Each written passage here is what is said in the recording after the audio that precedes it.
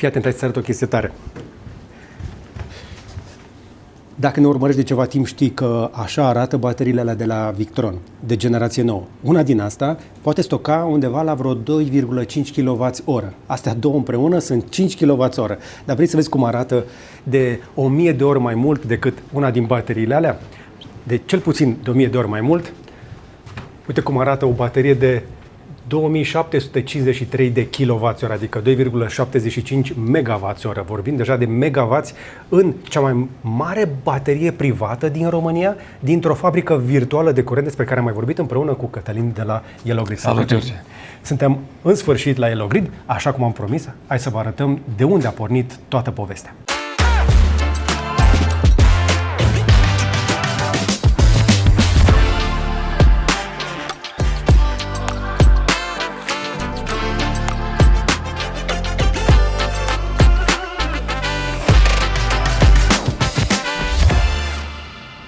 Și așa arată prototipul 0, nu? Da, așa am început noi să dezvoltăm Yellowbox-ul de la o componentă pe care am achiziționat-o de pe internet, e folosită în... La ce se folosește chestia asta? Arată ca un Raspberry Pi pe undeva. Da, e de fapt o plăcuță folosită pentru streaming, are și un port HDMI pentru streaming, okay. Dar nouă ne-a plăcut că are un procesor puternic și ne ajută foarte mult la dezvoltare. Punem pe ea Linux și cu aplicațiile pe care le scriem, după aia putem să dăm comenzi. Aici vedem un controller de RS485, prin care semnalele din codul pe care le scriem noi putem să le convertim în semnale serial pentru protocolul Modbus, cu care controlăm noi de fapt invertorul. După ce am testat asta și am văzut că funcționează, am făcut design la o chestie mult mai compactă. Asta este o versiune intermediară. Asta e versiunea pe care o folosim acum. Acum, ok. Da. Ce am făcut? Am făcut-o tot cu cei care produc plăcuțele astea, că ne-a plăcut foarte mult. Am integrat partea asta direct în plăcuță și am optimizat totul să fie pe comunicarea serială pe care o facem cu invertorul. Noi acum putem să conectăm până la peste 250 de dispozitive, nu doar invertoare, pentru că foarte mult funcționează pe serial și pe RS485. Hai să respirăm un pic, așadar. Da. Nu există overengineering. În niciun caz. Ce vedeți aici este un hardware supracompetent pentru ceea ce este nevoie aici, din câte mi-am dat eu seama, și se vede talentul și dăruirea unor oameni care au zis dacă o facem pentru noi, o facem ca pentru noi. Un hardware super competent și hai să vă arăt un pic cam cum arată codul din spate. Ăla este soft scris de voi în Linux pentru această sculă. Corect? Da. Cam așa. Rezultatul, practic, aici ce vedem e aplicația care rulează pe unul din dispozitive. Noi, codul pe care l-am scris, putem să dăm comenzi dispozitivului respectiv ca să facă operațiile de test pentru sistemele care le avem în prefurnizare. Primul pas, după ce instalăm Yellowbox-ul pe dispozitive, este să facem niște teste complete de încărcare, descărcare, să ne asigurăm că totul este în regulă, sistemul instalat corespunzător și nu sunt probleme. După care începem discuțiile cu clienții noștri să treacă la noi pe partea de furnizare ca să putem să aducem acele beneficii. Așadar, aici este partea, deocamdată suntem în spate, da? Suntem în zona de laborator în care testăm cum facem cutia. După vedeți în spate o grămadă de echipamente pe care cutiile acestea încearcă apoi să le controleze. Da. Iar aici sunt oameni care scriu o parte din cod, că știu că sunt mai mulți oameni implicați în toată povestea asta. Da, în total avem peste 20 de oameni care se ocupă de proiectul Așadar, nu este doar o poveste dintr-un garaj, este o echipă destul de competentă și destul de mare aici. Pentru că Yellow Grid a început să ocupe, din câte îmi dau seama, nu se făcea doar Yellow Grid înainte aici. Nu, Yellow Grid e produsul, să zic eu, companiile noastre de bază sunt companii care produc software pentru piața din Marea Britanie, din piața vestică în general, unde avem peste 200 de developeri. Cu profitul pe care l-am reușit să-l producem acolo, noi am decis să-l investim într-un produs propriu românesc, cu care după aia să ieșim și în exterior. Așa am reușit să finanțăm proiectele. Asta este o poveste din aia pe care îmi doresc să o aud din ce în ce mai des. Companii care au scos ceva marfă la export pentru străini, au făcut niște capital, după care fac un produs pe care îl scot ei sub brand propriu în piață. Asta înseamnă nu să iei banii și să-i mulțești. Da. Iar asta este Yellow Grid și de-aia mă bucur atât de tare și de când i-am descoperit și stăm de vorbă cu ei, se dezvoltă foarte repede pentru că nu o gândire din aia de corporație clasică, ci mai degrabă de startup. Și când ești la un startup, te aștepți să vezi toate cablurile astea împrăștiate pe aici pe jos și partea asta de laborator. Trebuie să-mi povestești un pic totuși ce testați efectiv aici, pentru că văd echipamente de la cel puțin 6, 7, 8 companii diferite. În primul rând, noi am făcut un pic de curățenie înainte să vii, deci laboratorul era un pic mai laborator. La mine e mai deranjat atâta, deci e curat acum. Da, fiecare invertor nou pe care îl integrăm îl aducem aici, să putem să avem acces, să vedem cum se comportă, să vedem cum se comportă în colaborare cu bateriile pe care le comercializăm. Avem modele mai premium, mai scumpe, sisteme all-in-one pentru cei care își doresc așa ceva. Avem și sisteme mai, să spun așa, mai de buget, să spun. Și atunci am zis că, ok, pe partea de buget, hai să vedem care e cea mai bună combinație între invertor și baterie separat. Și ne-am focusat pe cele care suportă diferite modele de baterie ca să putem să avem oferte competitive pentru clienții noștri. Okay. Noi le testăm câteva luni de zile la noi în laborator până când suntem siguri că ele funcționează în parametri. Integrarea unui invertor durând cam o lună și apoi ținându-l în teste și optimizându-l până când îl aducem la același nivel cu celelalte invertoare. Ca să recapitulăm pentru cei care poate nu au prins toată povestea de la început, dacă vrei să faci parte dintr-o fabrică virtuală de energie, să intri într-o astfel de comunitate, trebuie să ai producție, dar și stocare. Dacă ai producție, îți trebuie un invertor, pentru stocare îți trebuie baterie. Astea două trebuie să lucreze împreună, dar și împreună cu cutia de la Yellow Grid, astfel încât oamenii ăștia de aici să poată să știe ce se întâmplă în rețea. Noi controlăm fluxul de energie între casă, baterie, panouri și rețea, dar în special între rețea și baterie din punct de vedere a clientului. Și optimizăm aceste fluxuri în așa fel încât beneficiul să fie cât mai mare, folosind tranzacții pe piața spot de energie. Practic, tu ți-ai pus fotovoltaice pe casă, ai un astfel de invertor și ai o baterie de desubt. Și tu, să zicem că îți pui o baterie un pic mai mare decât nevoile tale imediate. Sau chiar și dacă ai o baterie relativ mică, cu siguranță există o parte din bateria pe care poți să o folosești împreună cu alți oameni într-o astfel de comunitate ca să poți obține niște beneficii suplimentare, să poți să tranzacționezi un pic diferit. Că acum ești un pic captiv dacă ești doar prins la un anumit furnizor. Cam așa arată doar câteva din mărci. Nu o să insistăm pe ele pentru că se schimbă constant. Chiar puțin mai devreme vorbeam cu Cornel Eftenoi, apropo, pentru acest invertor de la cei de la Victron. Dar nu este singurul. Văd DEE, văd Solis, văd Fox, avem EcoFlow. Știu că vă uitați la toate invertoarele importante din piață, nu? Câteva le-am scos, nu mai avem loc aici. De exemplu, Solax-ul am ținut mai mult de 6 luni. Acum îl ducem că începem primul proiect de apartament. Solax-ul e similar cu EcoFlow, e un sistem all-in-one și vrem să facem primul prototip de baterie prosumator de apartament, unde să vedem beneficiile de a încărca bateria când e prețul cel mai mic la un apartament și să putem să integrăm și apartamentele în viitor. Sunt mulți oameni care abia așteaptă să vadă soluții pentru apartament, iar eu sunt dornic să văd, spre exemplu, să aflu mai multe despre această marcă pe care am descoperit-o cumva și prin voi, dar și prin prietenii noștri de la Todome. Solax vine destul de serios în piața de la noi și sunt un jucător destul de mare. Acum hai să vă aduc către zona de creier a rețelei. Pentru că e rar pentru mine să văd o companie de tehnologie care își bagă degetul într-o industrie care părea rezervată până acum pentru băieții deștepți. Da. Trebuie să spunem, nu? Ați auzit de băieții deștepți din energie? Ei bine, avem în sfârșit și băieți cu adevărat deștepți în energie, nu doar băieți șmecheri. Cam așa e, da. Pentru că așa e. Așa. Sunt de acord? Contestă cineva? Da. Echipa aprobă. De acum avem și băieți deștepți, nu doar șmecheri în energie. O trec la meme-uri dacă vreți. Bun. Hai să vedem așadar ce se întâmplă aici. Pe ecranele astea mari puteți să vedeți Virtual Power Plant-ul Yellow Grid. Ce este acest Virtual Power Plant încă o dată, Cătălin?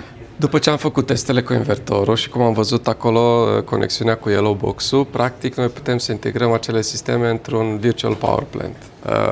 După ce trec de teste, ei intră în Virtual Power Plant-ul nostru de prefurnizare. Așa. Aici ne facem testele finale și oferim opțiunea ca acești clienți să intre la noi în partea de furnizare, adică practic schimbăm contractul de furnizare de la furnizorul lor, să zic, hidroelectrica, electrica, PPC și așa mai departe, să vină la noi la Yellow Grid.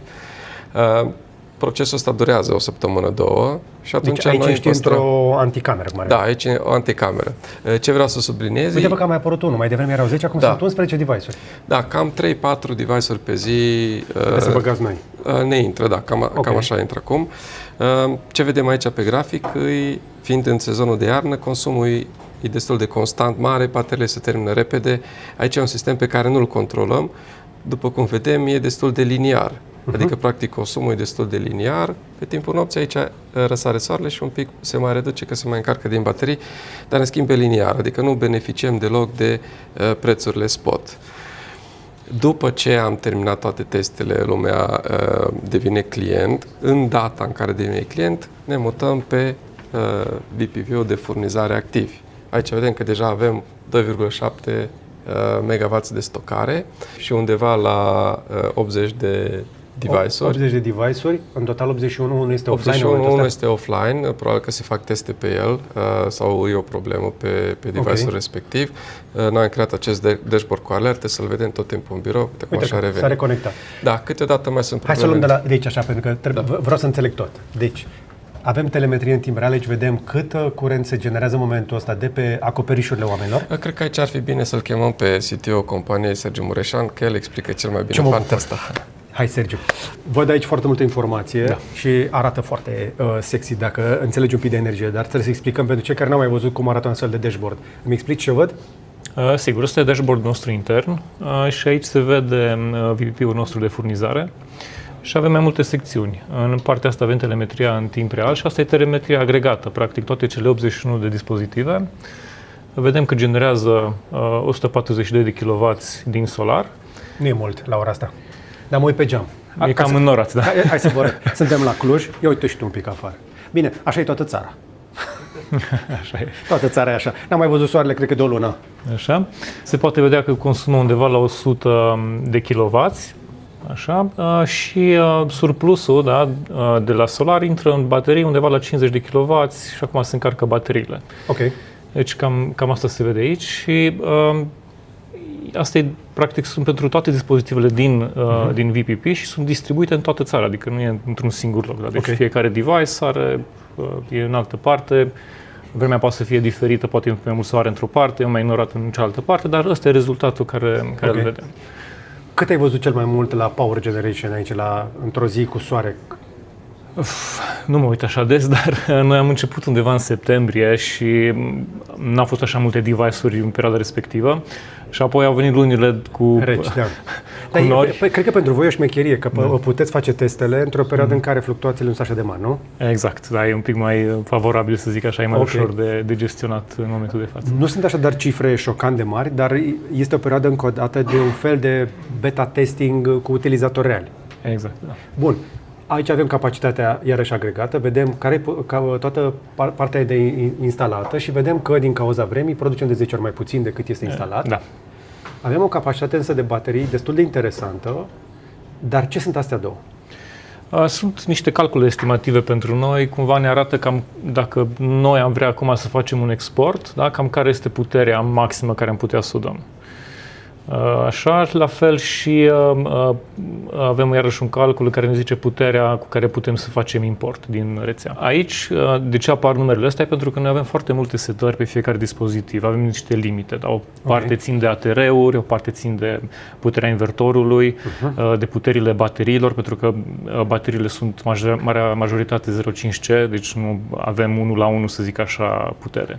Și aici este doar un calcul estimativ pentru colegii noștri care operează VPP-ul să-și facă o idee cam care este acum puterea care ar putea să o folosească pentru import și export. Deja începem să vorbim un pic mai tehnic. O să explicăm toate lucrurile astea, dă o pauză, dă înapoi, mai vine la final, mai ascultă încă o dată pentru că trebuie să înțelegi informația asta. O să încerc eu să traduc, pentru că eu am învățat un pic de chineză din asta de electricieni. Ce vedeți aici, deși capacitatea totală a bateriilor pentru oamenii care sunt în Yellow Grid în momentul ăsta este la 2753 de kWh, adică 2,7 MWh, din bateria asta nu poți să tragi dintr-o dată decât cu un maxim de, din ce am înțeles eu, de 40%. Da? Ceva mai puțin de jumătate din capacitatea bateriilor. Imaginează dacă tu ai avea o astfel de baterie acasă, nu poți să, dacă bateria are 10 kW, nu poți să tragi 10 kW dintr-o dată, o să poți să tragi 4 într-o situație normală. în cazul în care vrei să bagi totuși în baterie, ar trebui să poți, iarăși, prin raportul ăsta, îți dai seama că poți să și extragi din rețea. De ce sunt importante astea două? Pentru că Yellow Grid trebuie să funcționeze pe bursă, nu? Și toată partea asta tehnică de aici trebuie să o folosim pentru a crea niște venituri pentru oamenii ăștia, că de-aia stăm pe bursă și aici văd niște today's earnings. Știi că e o vorbă pe internet, nu e mult, dar sunt bani munciți. Munciți de cine? De fotovoltaice și de baterii. Explică, într-o zi, așadar destul de noroasă, voi trebuie să produceți astăzi 43 de lei, nu de mii. Nu sunt de mii de lei? Că părea cam bine, dar nu. Sunt doar 243 de lei. Hai un pic mai încoace și să le explicăm oamenilor cum apar banii aici. Cum am zis anterior, dacă ne uităm la VPP-ul de prefurnizare acolo, vedem că are un traseu liniar la consum. În schimb, dacă ne uităm la VPP-ul de furnizare, vedem aici că sunt trepte. Treptele respective înseamnă că noi am făcut tranzacții pe piața spot de energie, iar Virtual Power Plant-ul a consumat din rețea aceste cantități ca noi să putem să încărcăm bateriile. Pentru că am consumat această cantitate când prețul energiei era mic. La 1 dimineața cât era energia? Undeva la 400 de lei pe megawatt. Adică ar fi undeva la 40 de lei pe kilowattul consumat de om, 40 de bani. 40 de bani pe kilowatt. Deci voi ați tras din rețea, ați noapte la 1, curent cu 40 de bani pe kilowatt. Da. Și l-am stocat în bateriile oamenilor. În bateria asta? Da. Adică la oamenii ăștia?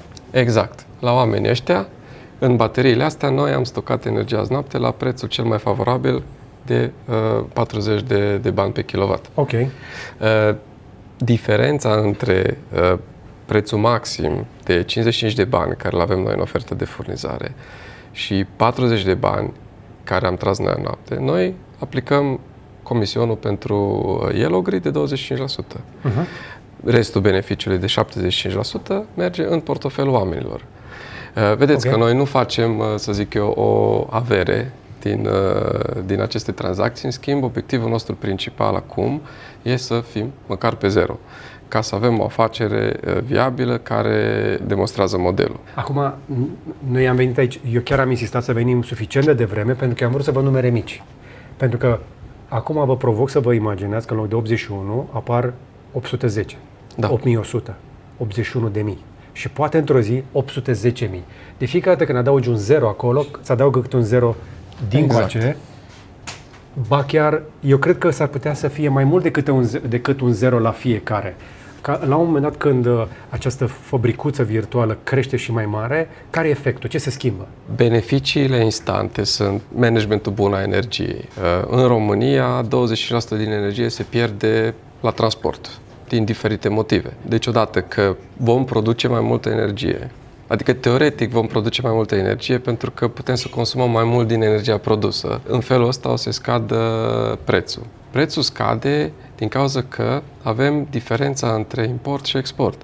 Adică chiar dacă prețul pe megawatt în teorie nu scade, dacă noi facem un management bun între ce tragem și ce împingem în rețea, per total, din portofelul nostru lunar, scade o sumă mai mică de bani. Sau primim mai mulți bani, depinde de sezon.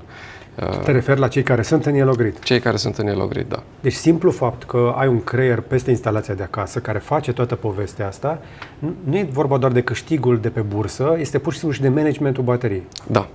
Managementul bateriei, a comunităților de energie și transparența pe care o dai proprietarului de sistem. Și ce se întâmplă cu energia, ei putând să decidă, cum spunea și colegul meu Sergiu, cât anume din capacitatea bateriei o pun la dispoziție pentru partea de tranzacționare, cât vor să o țină de backup.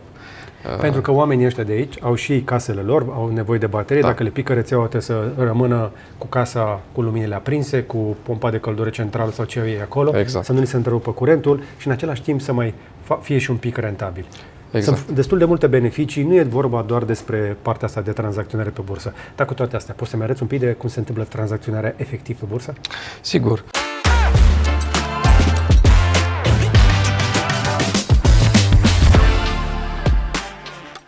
Ziua în energie are 96 de intervale. Totul în energie se întâmplă pe 15 minute. Piețele spot sunt pe 15 minute, piața de balansare pe 15 minute. Aici vedem Noi am împărțit ziua în intervale de 15 minute și avem footprint-ul Yellow Grid pe aceste intervale. Adică noi tot timpul vedem în timp real cât importăm sau exportăm din rețea, cât e prețul la balansare estimat, cum stăm cu balansarea sistemului, cât anume trebuie să plătească clienții pentru energia consumată, cât anume trebuie să plătim noi la balansare dacă ne-am debalansat. Noi balansul ăsta ne-l asumăm noi, nu îl încărcăm în facturile clienților și totalul pe care clienții trebuie să-l plătească către Yellow Grid și atunci pe fiecare interval noi avem cu plus sau cu minus ce anume, care e venitul nostru net. După ce am considerat toate cheltuielile pe care le avem. După cum vedem, avem multe intervale cu minus, multe intervale cu plus. Pentru noi foarte important este să putem reacționa în timp real, iar când vedem că sunt anumite probleme, știu eu, cu prețurile la balansare sau cu Astea sunt prețurile pe care le-ați extras din bursă, nu, în momentul ăsta? Da, astea sunt prețurile pe care... Deci ne așteptăm, spre exemplu, ca pe parcursul filmării noastre, prețul să crească să meargă de la 696 de lei pe megawattoră la 686 și apoi să crească la prânz la 966 și apoi să scadă un pic la 910. De ce crește la 11,45 prețul? E un interval care am observat destul de zilnic crește, e practic intervalul chiar de după picul de dimineață și atunci lumea nu poate regla așa bine scăderea după picul de dimineață când lumea... E o cerere suplimentară la prânz în rețea? Nu, ca și cerere nu, e doar că cei care produc foarte mult dimineața nu știu exact cât anume să oprească din sisteme ca să acopere golul care vine după ce și opri lumea fierbătoarele și plitele electrice. Tu s-ar putea să fii interesat să vinzi aici? Da, aici noi am fi interesat să vindem când sunt prețurile apropiate de 1000. În schimb, în sezonul de iarnă e un pic mai dificil pentru că scopul nostru principal e să aducem curent ieftin în baterie. Nu prea ai de unde, mai ales în zile... Mi-aduc aminte că mi-ai zis azi noapte la ora 1, putem să vedem aici care a fost prețul la ora 1, că îmi ziceai de vreo 400 de lei? Da. Și hai să vă arăt unde este secretul până la operațiune. Ia uite, astea sunt prețurile de azi noapte. Da. Astea sunt prețurile...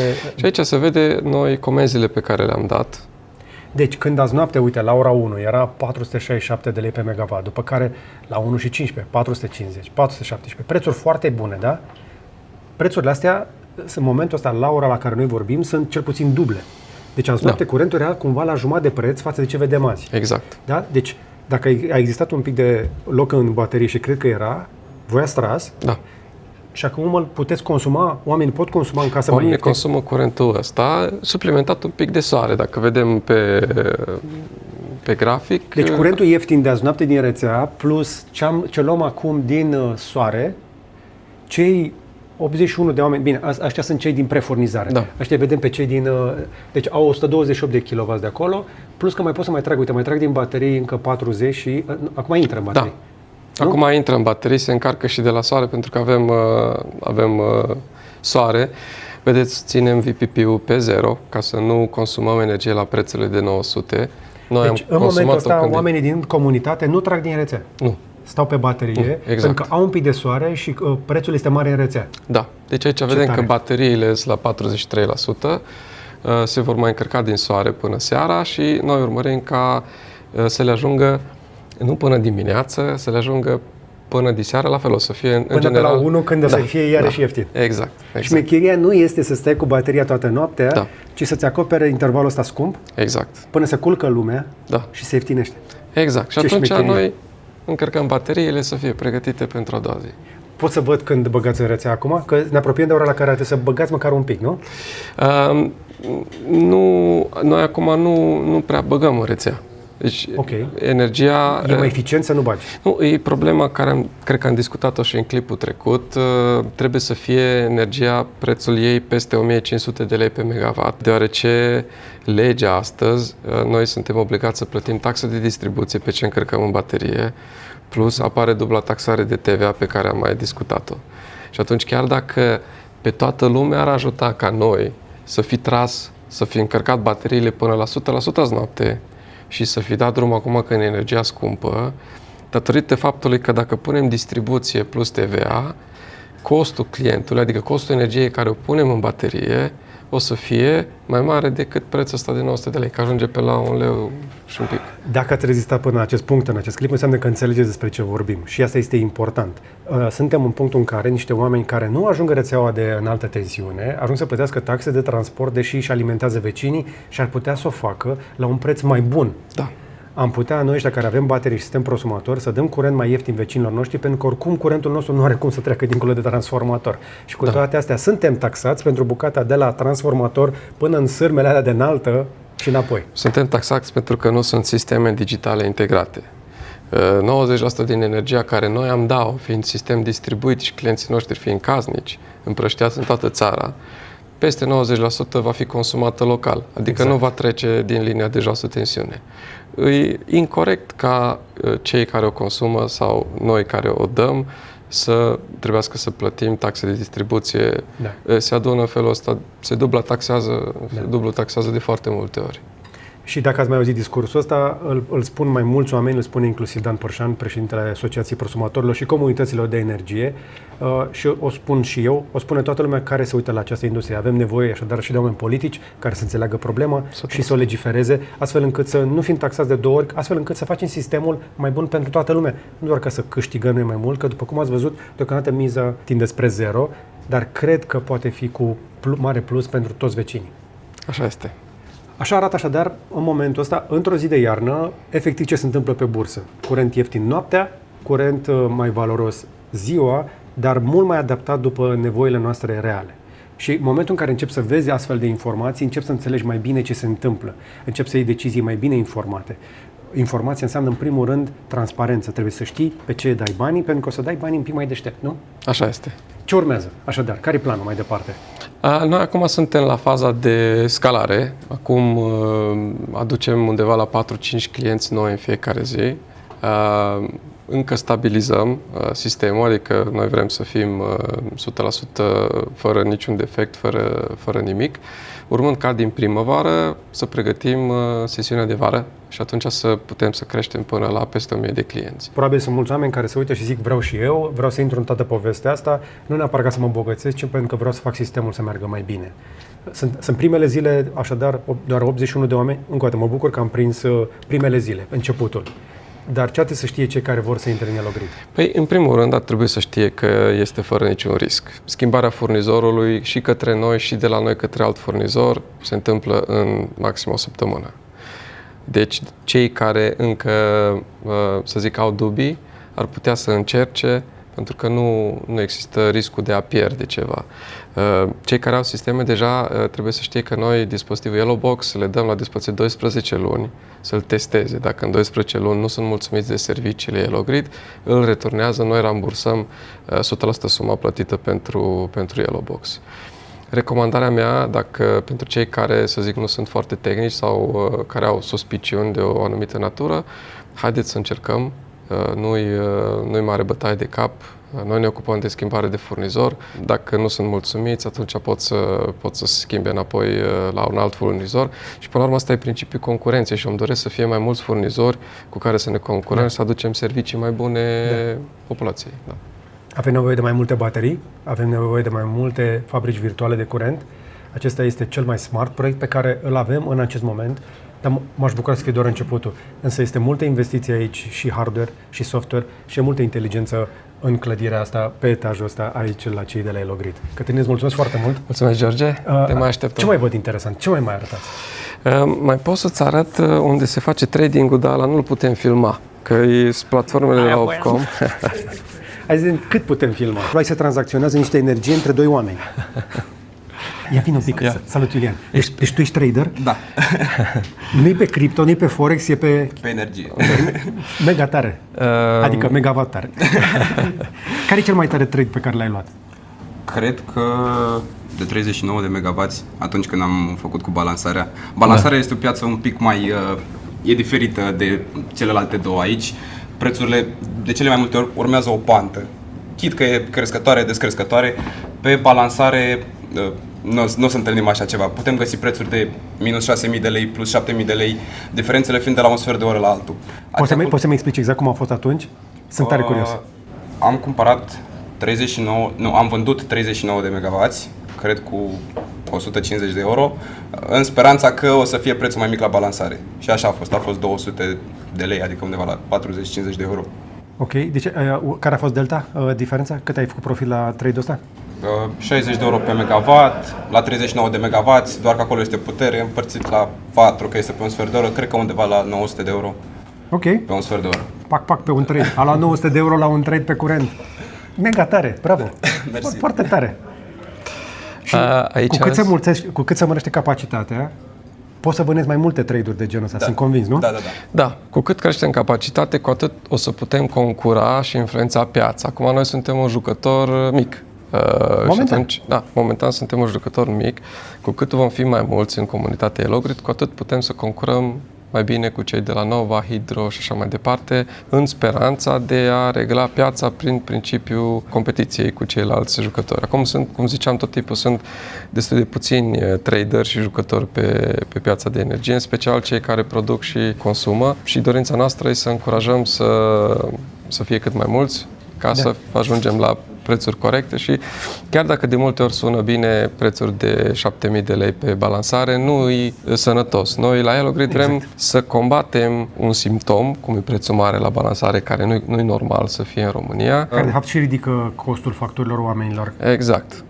Cu cât vom avea mai mulți oameni de genul ăsta care vânează prețuri de felul ăla, cu atât prețul o să scadă pentru toată lumea. Dar pentru asta trebuie să existe baterii care să poată să intervină atunci când prețul este prea mare pe balansare. Da? E o discuție un pic tehnică. În esență avem nevoie de mai multe baterii în țara asta și mai mulți astfel de oameni care să stea să vâneze când e prețul prea mare și ca să ia trade-ul ăla. De fiecare dată când ne luptăm la preț, doar piața poate să coboare facturile pentru toată lumea. Nu poate să ia decizia asta cineva la Palatul Victoria sau cine știe pe undeva prin București. Chestia asta se poate rezolva doar în piață. De acord? Așa este. Nu există altă soluție. Doar piața poate să coboare prețurile în realitate. Că la politică se pricep alții. Acestea sunt puterile de care avem noi nevoie pentru clienții noștri. Deci aici cumperi. Aici cumpăr pentru uzul casnic al clienților. La ce oră sunt astea? Sunt noaptea, alea ieftine. Da, aceste intervale vor fi decalate cu câte o oră pentru că se traduiește pe ora Europei Centrale. Și noi suntem pe Europa de Est, adică... Dar practic tu o să vânezi prețurile cele mai mici astfel încât oamenii să-și încarce bateria cu curent ieftin. Da. Ce tare! Și bine, nu trebuie să stai tu noaptea ca să urmărești chestia asta. Nu. Aici vom primi rezultatele undeva pe la ora 14:30. Adică noi deja astăzi la ora 14:30 vom ști la ce preț vor cumpăra clienții noștri de seara energia. Asta e oferta care am pus-o. Piața se închide la ora 2, se face cuplarea. Dacă nu sunt probleme de cuplare, după care suntem anunțați care din intervale le-am prins. Ok.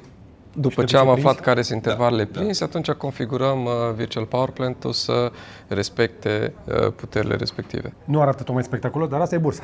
Asta e bursa de curent. Da? Ți-ai pus ordinul, ți-ai pus bidul, atâta vrei să iei la noapte. Tu ai zis că vrei să iei 0,2 MW din câte văd acolo? 0,2 ca și putere pe un sfert de oră, asta vor fi 50 de kW. Păi văd că ai pus la fiecare sfert de oră, deci cam acolo ar fi. Cam la câte 2 MW în fiecare oră. Iar dacă nu prindem ofertele pe piața pentru ziua următoare, prețurile o să fie mai mari decât cele pe care eu le-am ofertat, putem redresa totul din intraday. Aici ofertele se pun de pe oră pentru următoarea oră. Aha. Deci aici este mai ieftin, dar trebuie să ghicești pentru ziua următoare. Da, aici este un pic mai sigur, aici prețurile sunt mai volatile. Așa arată piața în momentul ăsta. Aici se fac tranzacții în timp real pe piața de energie. Aici sunt banii dumneavoastră la curent, de aici se face prețul la facturi, din toate combinațiile astea de cifre pe care le vedeți. Ne apropiem de final și știu că suntem încă la început cu discuțiile astea, așadar încerc să trag o concluzie și să explic pentru cine este o astfel de soluție. Am venit aici la Cluj, în primul rând ca să vedem unde se face hardul, dar și softul pentru a controla aceste instalații. Soluția asta de la Elogrid este pentru prosumatori cu baterii. Adică dacă ai panouri fotovoltaice instalate, ai un invertor și o baterie, după care vine o astfel de cutie prin care ei pot cu soft de la distanță să controleze cam câtă baterie folosesc, cât încarcă în bateria ta și cât descarcă din bateria ta în folosul comunității, dar și al tău personal. Dar asta este partea de dezvoltare de hard și de soft, după care v-am arătat cum informația se strânge într-un singur loc și aici avem oamenii care sunt pregătiți să fie adăugați în fabricuța asta virtuală la un loc. Acolo, aici vedem partea de tranzacționare și ce vedem pe toți la un loc.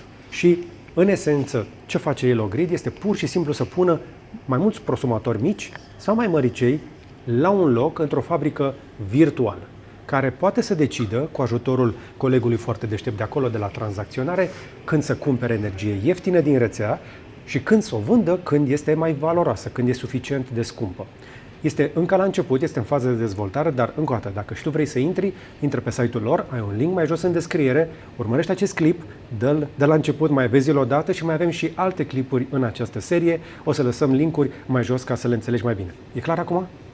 Am lămurit? Da? Mai vrei să mai afli? Dacă vrei să afli mai multe, abonează-te aici, pentru că vom mai continua comunicarea și o să mai explicăm și pe viitor ce este în primul rând o fabrică virtuală de curent, un virtual power plant și ce fac cei de la Elogrid despre asta. Dar dacă mai știi și alte proiecte interesante care se dezvoltă în această zonă, dă-ne de veste. Avem nevoie, exact cum au zis și ei, de mai multă competiție ca să câștigăm cu toții prețuri mai mici la energie. Avem de unde să luăm energie, trebuie doar să o facem accesibilă pentru mai mulți la prețurile corecte. Și gata, cam atât pentru astăzi. Dă un like dacă ți-a plăcut, un share să vadă și prietenii și un subscribe dacă nu ai făcut-o deja. Și până data viitoare să faceți case bune cu fotovoltaice și baterii.